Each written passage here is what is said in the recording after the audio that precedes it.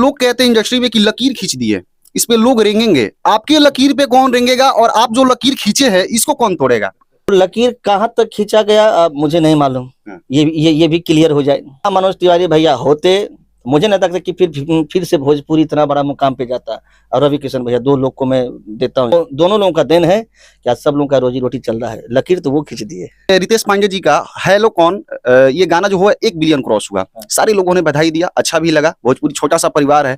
आपके इस गाने को कौन कौन बधाई दिए? पवन सिंह खेसारी जी, मनोज तिवारी जी, रवि किशन जी, कौन कौन लोग बधाई? रवि किशन भैया से बात हुई है, लेकिन वो स्पेशली फोन बात हुई है मेरी रवि भैया से। हाँ, रवि किशन भैया स्पेशली वो मुझे फोन किए। रवि किशन जी गायक नहीं है, एक्टर हैं, उन्होंने बधाई दिया और गायकों की तरफ से बधाई नहीं मिला। देंगे यार, देंगे। आपके थ्रू यदि देख लेंगे तो देंगे, जरूर देंगे, मुझे बधाई देंगे, क्यों नहीं देंगे। आलोक कुमार सारे स्टारों के साथ सैकड़ों फिल्मों में गाना गाए, लेकिन बड़े पर्दे पे दिखे नहीं। एक फिल्म आया था रिंकू घोष के साथ, मैं नाम भूल रहा हूँ, कहिया ब्याह करब, लेकिन उसके बाद फिर बड़े पर्दे पे नहीं दिखे। ये जो महाकुंभ है आपके जीवन में और भोजपुरी इंडस्ट्री को बहुत बड़ा गाना दिया है, वर्ल्ड लेवल पे गाना दिया है। और जो लोग देखते हैं, नहीं देखते हैं, भोजपुरी सुनते हैं, नहीं जानते हैं, तमाम लोगों ने इस गाने पे रील बनाया, आस्था से बनाया। इस तरह से बधाइयां इंडस्ट्री से मिलना चाहिए, उस तरह से मिला नहीं। आपको क्या लगता है कुछ कमियां रह गई?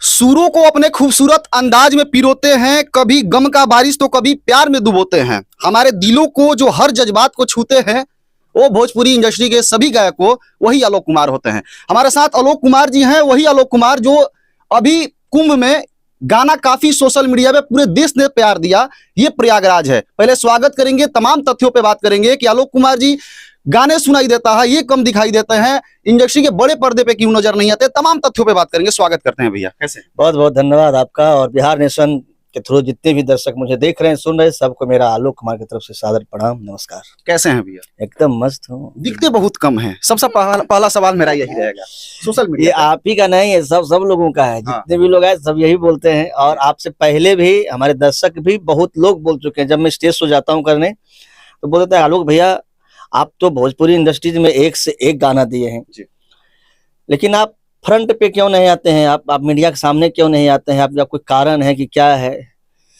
तो अब मैं क्या बताऊं, एक्चुअली मेरी कमजोरी रही है मीडिया के सामने ना आना, ये या बोलिए कि ये मेरी सोच नहीं थी ऐसी। लेकिन मैं ज्यादातर मैं गायकी पे बहुत ज्यादा मैं फोकस करता था। अब मुझे कभी एहसास ही नहीं हुआ कि मैं फ्रंट पे आऊंगा तभी बहुत बड़ा नाम होगा, मुझे कभी एहसास नहीं हुआ। लेकिन अब कुछ लोग जब मुझे बोले ना कि भाई आपको आना है, फ्रंट पे आना है, तो मुझे लगा नहीं, ये जरूरी है।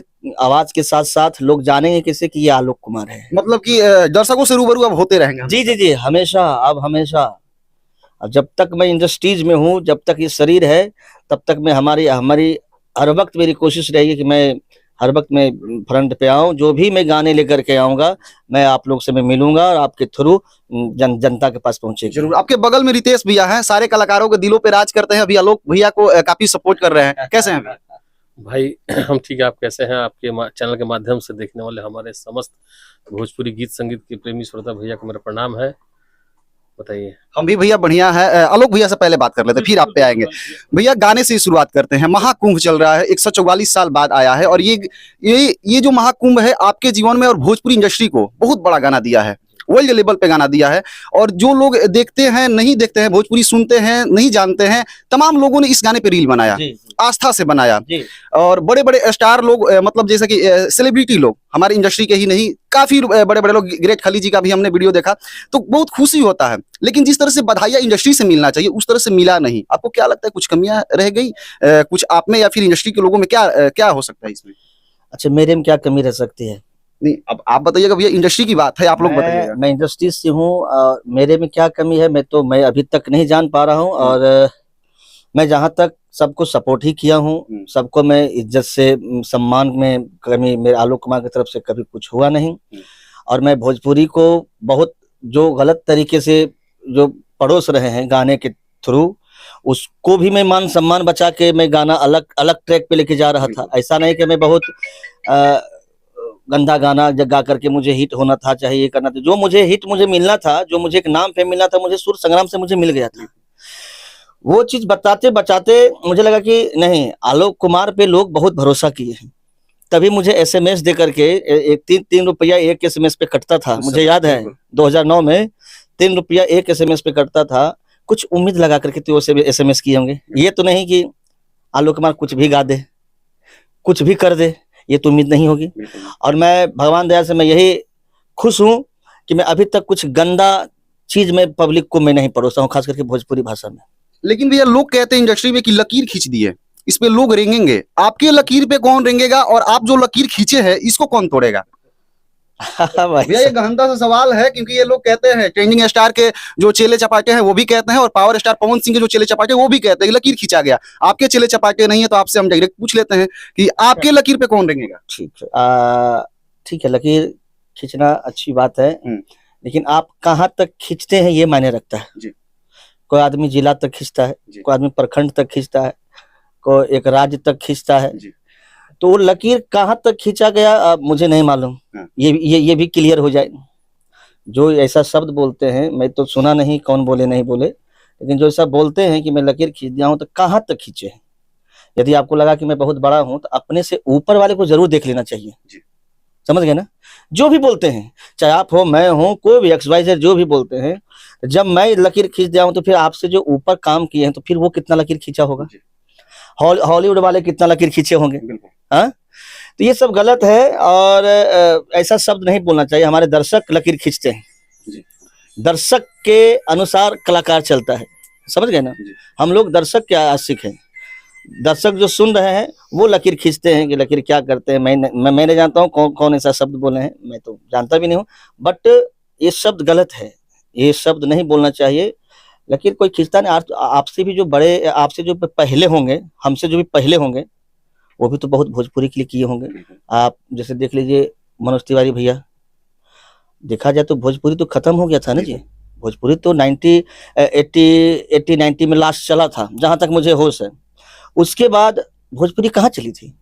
फिर गाने बजते थे, थोड़ा बहुत एल्बम वगैरह आते थे भरत शर्मा जी के, वो अपना जो उनका जो ट्रेडिशनल सॉन्ग है वो हर वक्त बजा करता था। लेकिन फिल्मी दुनिया में की बात करूं तो मनोज तिवारी भैया का दिन है, ये मैं खोल के बोलता हूँ। ना मनोज तिवारी भैया होते, मुझे नहीं लगता कि फिर से भोजपुरी इतना बड़ा मुकाम पे जाता।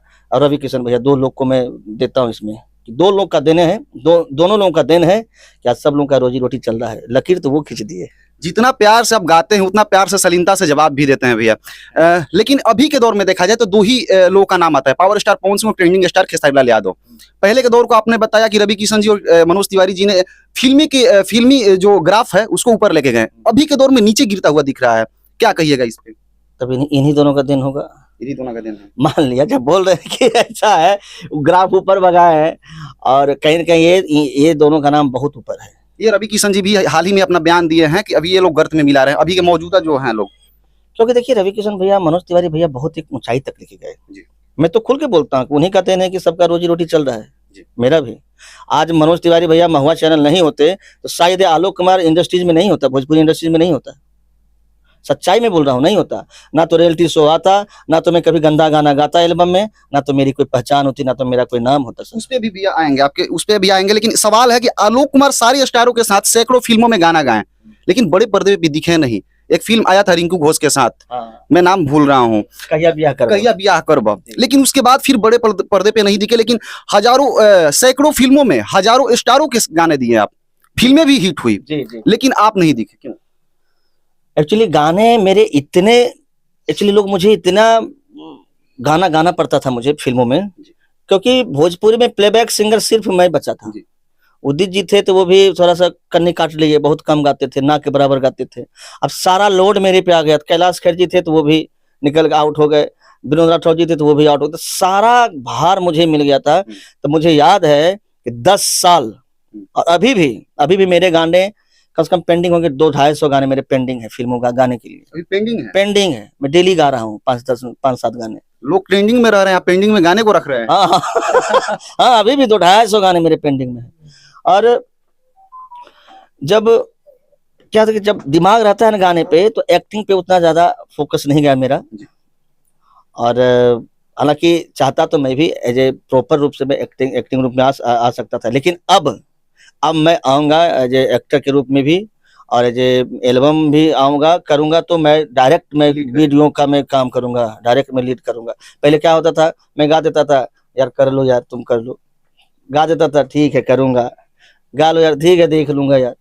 तो बड़ा अड़भंगी टाइप का मैं था, हुआ नहीं हुआ, मैं बड़ा मौजिला आदमी हूँ।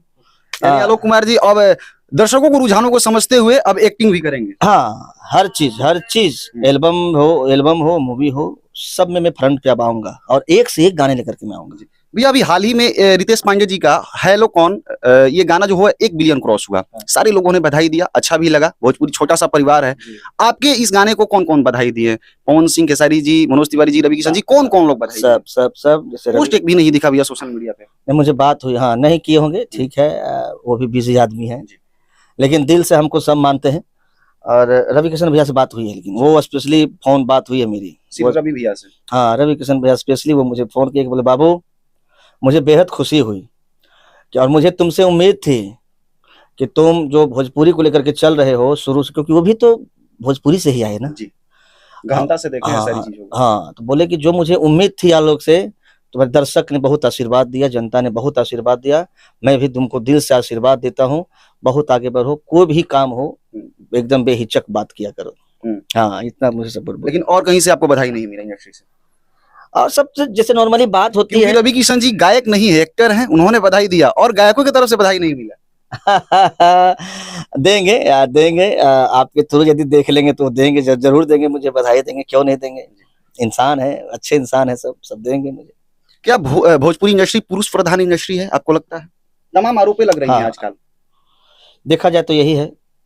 देखिए इंडस्ट्रीज क्या है कि शुरू से चाहे आप कोई भी इंडस्ट्री देखेंगे तो आप दर्शक जो भी जाते हैं देखने हॉल में तो बोलते हैं हीरो कौन है, कहीं भी चाहे बोल, आप भी जब हम भी जाते होंगे देखने तो बोलेंगे हीरो कौन है, कोई नहीं देखने वाला कि हीरोइन कौन है। तो कहीं न कहीं हीरो पे फिल्म चलती है, गाने भी गाते हैं तो हम ही लोग गाते हैं, महिला लोग सिंगर हैं कहाँ, ज्यादा बहुत कम है, और वो लोग हैं भी तो प्लेबैक हैं। अब कुछ ऐसे सिंगर हैं जो कि फ्रंट पे आते हैं तो उनका नाम है, अच्छा